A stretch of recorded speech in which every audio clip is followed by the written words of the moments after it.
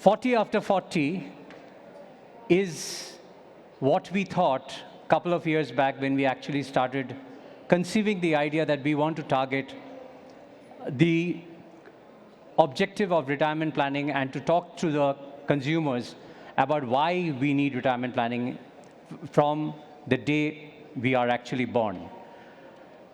Unfortunately, and I would like to share a few slides with you as well, we are always left behind in our thinking on retirement planning. And I think it is a huge issue or a huge challenge that we are all facing and we will all face as we go along. So I want to share with you, with no fear, we are still saying that retirement is to be celebrated. We must all have a great time. We all must all sort of enjoy our life through and through. We must never retire. So on this, I would like to share with you a few data points to sort of actually let us thinking that what is that we need to do from here on. If you look at the overall population of 60 plus in a demographic like India, it will keep growing and we will be going double the figure by 2030. If you look at the age expectancy of individuals, and here, of course, men and women are different segments, but if you look at the overall age expectancy, it is going to go up from 71 years to 76 years in the next few years. If you look at us, we are still a joint family society. We are 65% who are in joint families. This will further come down to a 50-50 between nucleus and joint families. Now, if you look at all the data points that are here, I don't want to go through it because I want you to read it through as well. But the most scary part is 90% of the people over the age of 50 regrets that they had not started doing their retirement planning. If you look at the other data point, which is also very important, which is 66% of the Indians feel that they haven't adequately prepared for retirement.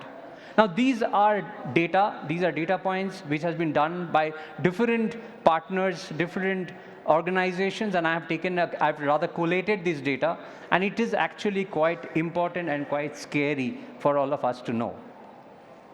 But there is an intent. If you look at the intention, 75% over the age of 35 have the intention to sort of save. But what it also shows that 60% of the investments go into low-yield investments. That it also means that we are not taking consulting from the people who know the subject. We are not going to the financial advisors. So it's only 40% of us who go to financial advisors to take their advice. Now that is also not very correct. We may want to grow our wealth, but we need to take expertise from the doctors. We have to go to the doctors, and which we are not doing currently.